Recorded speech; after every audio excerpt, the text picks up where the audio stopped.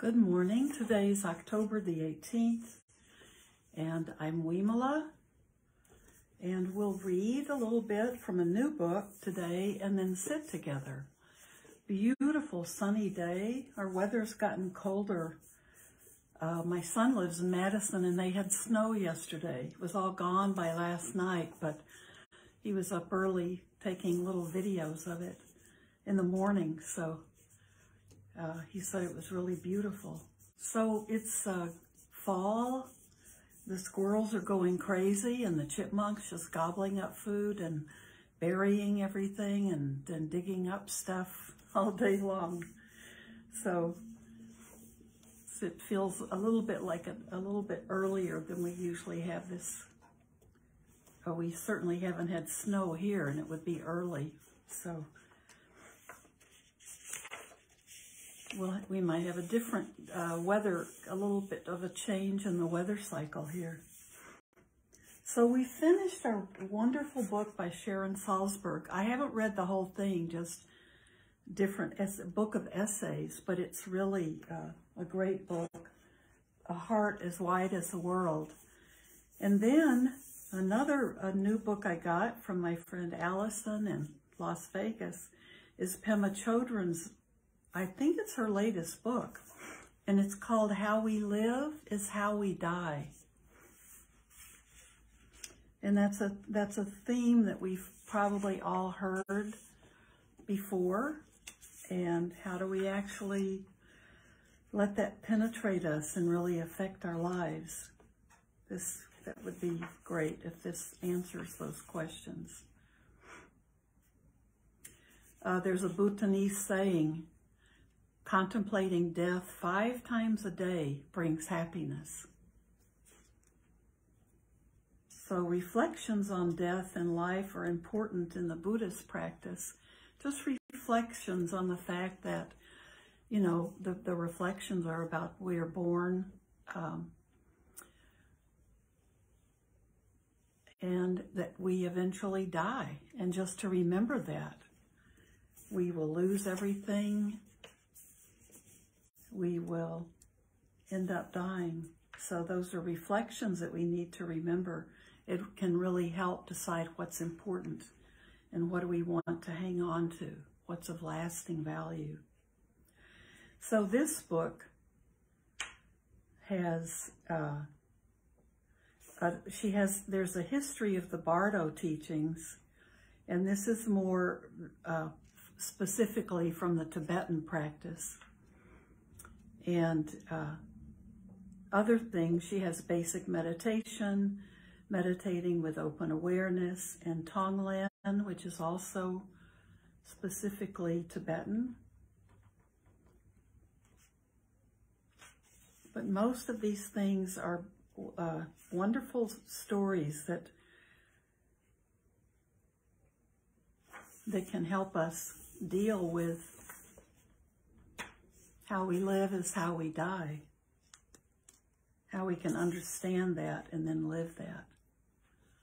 So why don't we start by reading her introduction. The first sentence in the book is, this is a book about fear of death. More accurately, this book presents a question.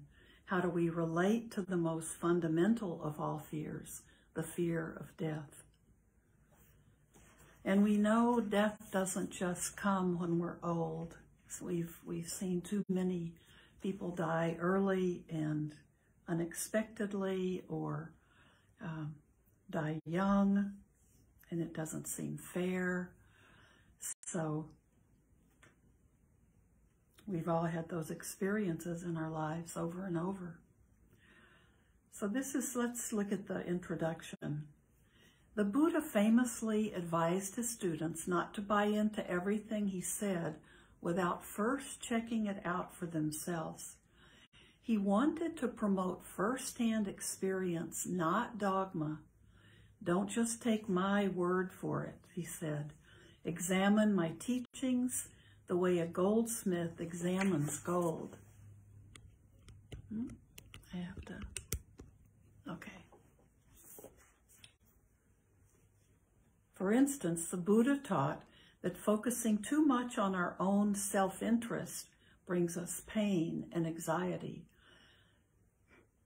and that extending our love and care towards others, even strangers or those who cause us trouble, brings us joy and peace. This is something we can verify through our own experience. We can experiment with this teaching. We can test it as many times as is necessary for us to be convinced. The teachings presented in this book, however, appear to be in another category. The Tibetan word Bardo, which will frequently come up, commonly refers to the passage following our death and preceding our next life. But how can we verify from our own experience what happens after we die? How can we verify that there will be a next life? In these chapters, you will find descriptions of brightly colored lights, of deafening sounds, of hungry ghosts, of peaceful and wrathful deities. How is it possible to examine such teachings the way a goldsmith examines gold? My intention is not to convince you to buy into the Tibetan worldview and to see such descriptions as the definitive truth about what happens after you die. To say anything is definitely like this or like that somehow misses the point. I feel it goes against the spirit of the Buddha's teachings. At the same time, many discerning people alive today study the Bardo teachings and take them seriously, not as an academic subject, but as a source of profound wisdom that enhances their lives. It may not be possible for us to confirm these traditional teachings based on our first-hand experience. But whether or not we believe in the Tibetan worldview, if we get to the essence of the Bardo teachings, they can benefit us not only after we die, but this year, this day, this moment. These teachings are based on an ancient Tibetan text called Bardo Tudrol, which was first translated into English as the Tibetan Book of the Dead, but which literally means liberation through hearing in the intermediate, or in-between state. Bardo Tudrol is meant to be read to those who have passed away and entered this state. It describes the various experiences the dead person will go through and thus serves as a guide to help them navigate what is thought to be a disorienting journey from this life to the next life. The idea is that hearing the Bardo Tudrol will optimize one's chances for a peaceful death, a peaceful journey, and a favorable rebirth. In the best case scenario, one will be liberated altogether from samsara, the painful cycle of birth and death. The term Bardo is usually associated with the intermediate state between lives, but a broader translation of the word is simply transition or gap. The journey that takes place after our death is one such transition, but when we examine our experience closely, we will find that we are always in transition. During every moment of our lives, something is ending and something else is beginning. This is not an esoteric concept. When we pay attention, it becomes our unmistakable experience. The Tibetan Book of the Dead lists 6 Bardos: the natural Bardo of this life, the Bardo of dreaming, the Bardo of meditation, the Bardo of dying, the Bardo of dharma, and the Bardo of becoming. Right now we are in the natural Bardo of this life. As I will continue to emphasize throughout this book, the natural Bardo of this life is where our work lies. By coming to understand how this life is a Bardo, a state of continual change, we will be ready to face any other Bardos that may arise, however unfamiliar. The Bardo of dying begins when we realize we're going to die and lasts until our final breath. This is followed by the Bardo of dharmata, which means the true nature of phenomena. Finally, there is the Bardo of becoming, during which we make the transition to our next life. In this book, I will talk about these three Bardos in detail and also connect them to more familiar experiences that we go through during our lives. My aspiration for what follows is to write in such a way that you will find these teachings meaningful and helpful, whatever your beliefs. At the same time, I'd like to encourage you to lean your openness toward the less familiar aspects of these teachings. As my teacher, Zygar Kontrul Rinpoche likes to say, I've always found that my greatest personal growth happens when my mind and heart are more curious than doubtful. My hope is that you will take a similar approach to reading this book.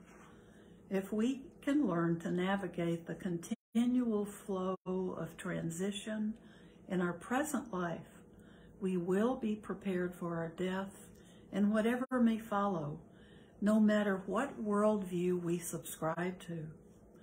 My teachers, beginning with Chogyam Trungpa Rinpoche, have given me many instructions on how to do this. I have learned from experience that applying these Bardo teachers has removed much of my fear and anxiety about death. But just as importantly, this training has made me feel more alive, open, and courageous in my day-to-day experiences of life. This is why I would like to pass these teachings and their benefits on to you. So, good introduction. She's saying she's hoping this could benefit anyone with any view. So no matter how different our views may be from the Tibetan view, I think Pema Chodron will address that in a more general way. And the first section is called the book is called How We Live is How We Die.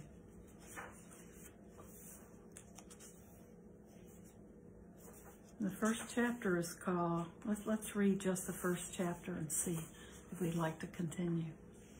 The wondrous flow of birth and death. And I read the first two sentences. This is a book about fear of death. More accurately, this book presents a question.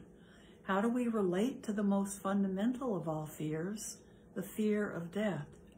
Some people banish the thought of death from their minds and act as if they will live forever. Some tell themselves that life is the only thing that matters, since death, in their view, equals nothingness. Some become obsessed with their health and safety and base their lives on staving off the unavoidable for as many years as possible. It is less common for people to open themselves fully to the inevitability of their death and any fear that may provoke, and to live their lives accordingly. I have found that those who do open themselves in this way are more engaged in life and more appreciative of what they have.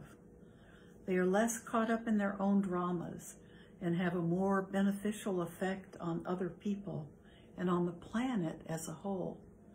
These people include my teachers, as well as the sages from all the world's spiritual traditions. But there are many ordinary people who neither deny nor obsess over death. However, instead they live in harmony with the certain knowledge that they will one day depart from the world. A few years ago, I gave a weekend seminar on this topic at the Omega Institute in Rhinebeck, New York. One of the participants admitted to me that when she first heard I was going to talk about death and dying, her reaction was, "Bummer." By the end of the program, however, she was finding the subject matter to be life-changing. My hope in sharing these teachings is to help you become more familiar and at ease with death and more able to live in harmony with what previously scared you, more able to move from bummer to breakthrough. My second closely related aspiration is that opening to death will help you open to life. As I will repeat in the pages that follow, death is not just something that happens at the end of our life. Death happens every moment. We live in a wondrous flow of birth and death, birth and death. The end of one experience is the beginning of the next experience, which quickly comes to its own end, leading to a new beginning. It's like a river continuously flowing.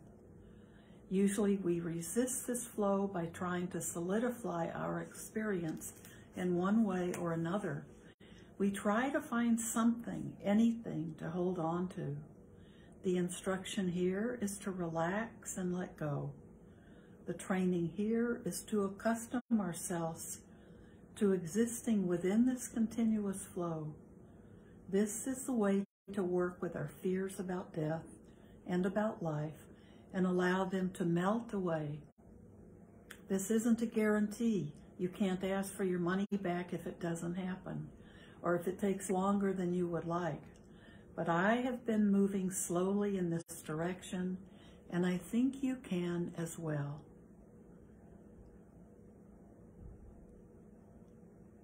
And I'll read one more paragraph and then we'll sit. In the Mahayana tradition of Buddhism that I follow, it's customary to begin any study, practice, or other positive activity by contemplating its greater purpose. We could reflect, for instance, on the benefit that making friends with the flow of birth and death might bring to our immediate surroundings.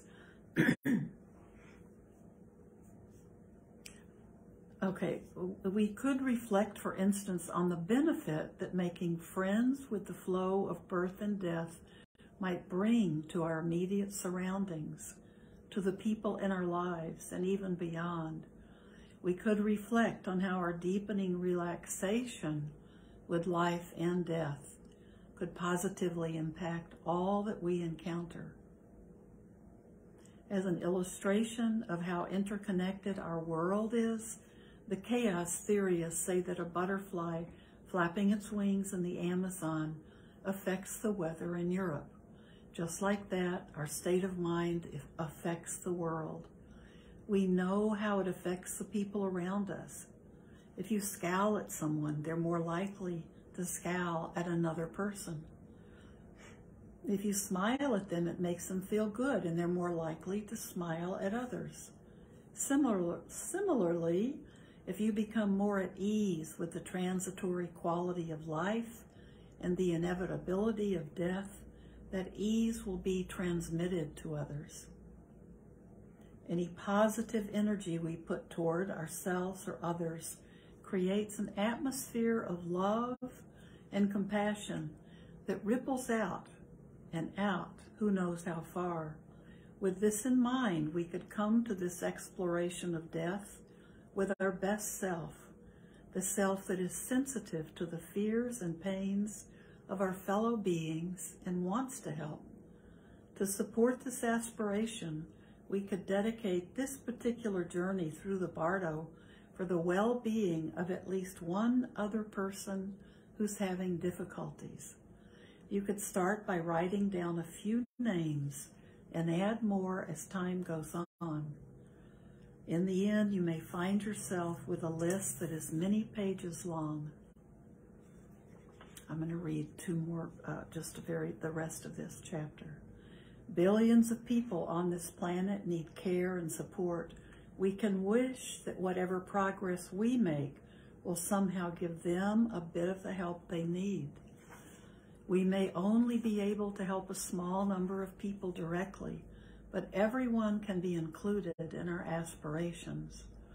Establishing our motivation in this way is known as generating bodhicitta, the heart of compassion, or as her teacher calls it, the mindset of awakening.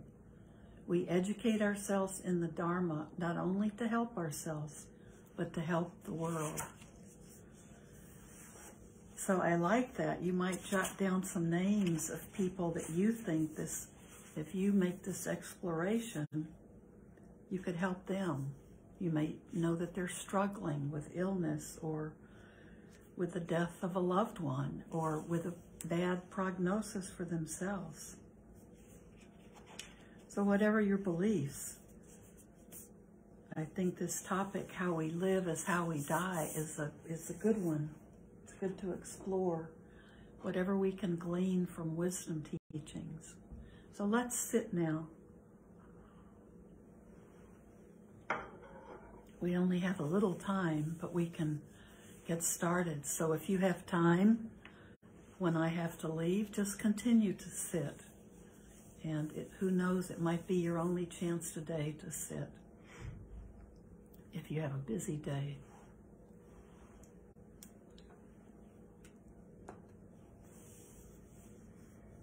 So let your body know by the way you change your posture. If you've been slouching, you want to sit up, or if you're on your back or still in bed or getting into bed, you want to stretch your body out and make sure your spine is straight, straight for your body. And let your body know that you're going to be meditating so your body can know to stay awake. I really like to roll my shoulders back because I'm getting some back issues from being at the computer for a lot of time on my desk. But roll your shoulders back. You can feel that helps the spine to stay upright. Not uncomfortably so, but enough to let it support you and to kind of wake your body up. And then, as you relax, let that spine support you. Just relax your body.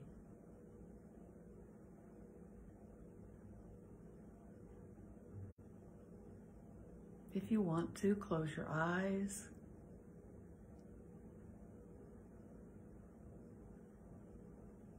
Take a few deep breaths in and out.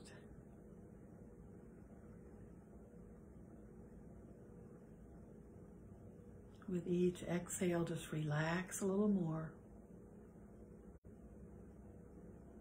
Then return to your normal breath and just be aware of the body breathing.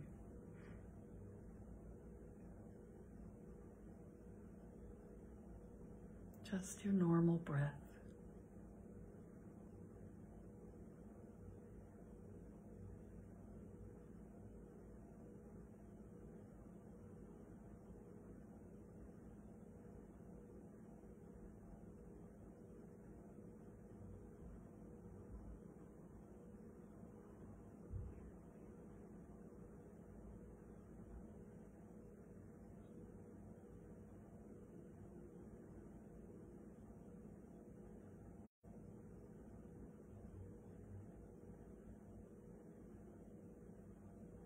Let this just be a time to let your mind relax. Let your thoughts come and go, but there's no need to feed them with your attention. See them rise and then see them fall.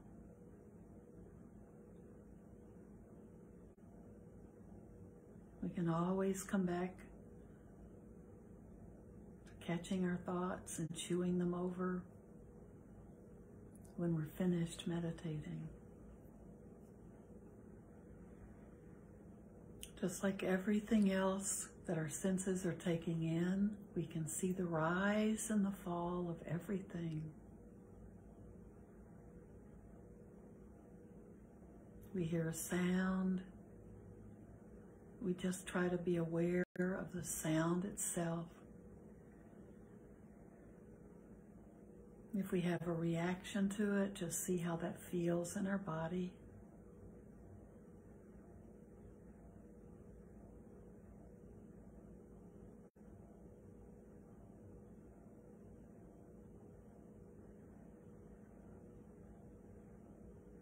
so we can take in everything.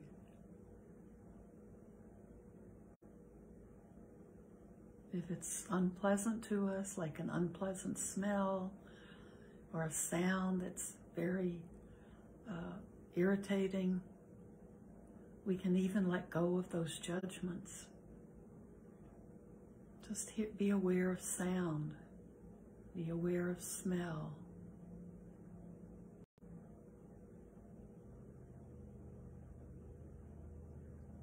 Be aware of taste. And be aware of touch and sensations on your skin.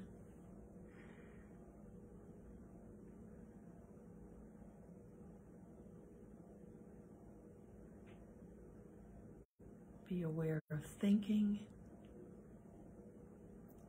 See if all these things, just allow them to rise up. And if we don't begin thinking and developing viewpoints or critiques of everything coming our way, we can allow it to come and go.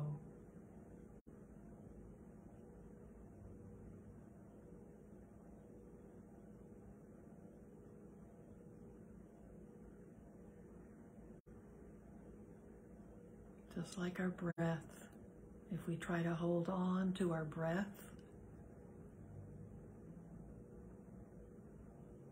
our body doesn't want us to do it. It pushes back.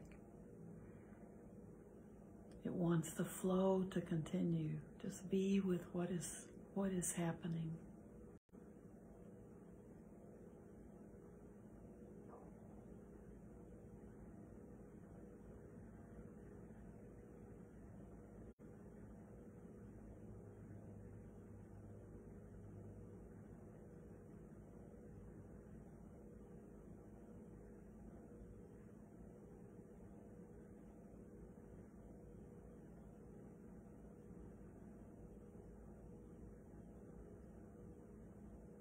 Let your palms be open in whatever upright. If they're facing upwards or downwards, just let your palms be open so they're not tense and tight.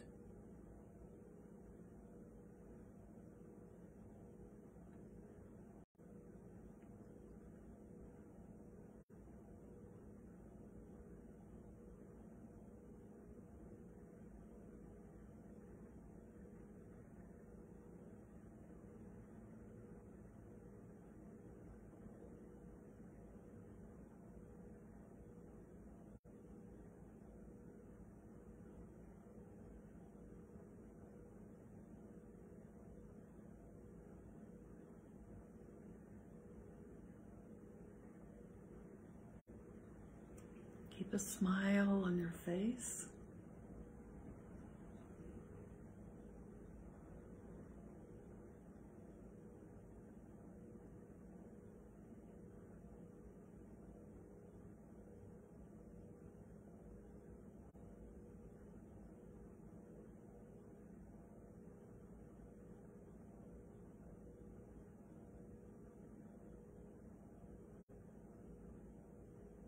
Relax with the exhale.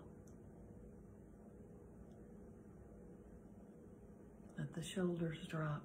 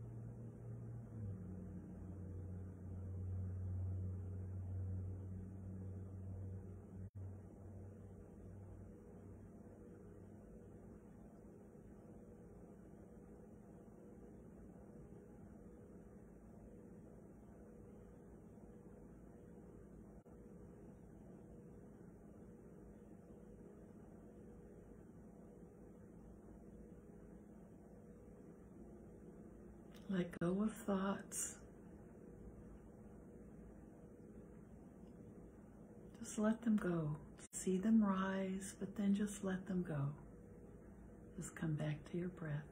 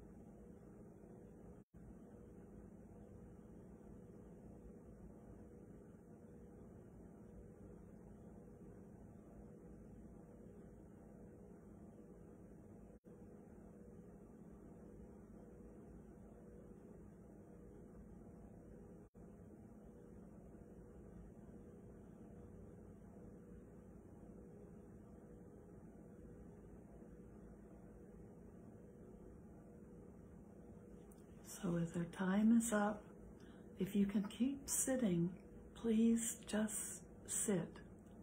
Just enjoy peace of mind, enjoy the quiet tranquility.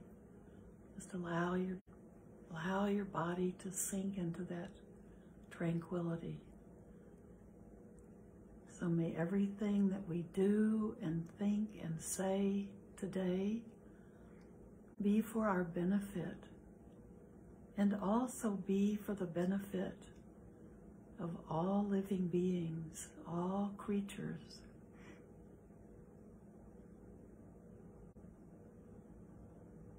May peace be with you, and may all of you be well and happy.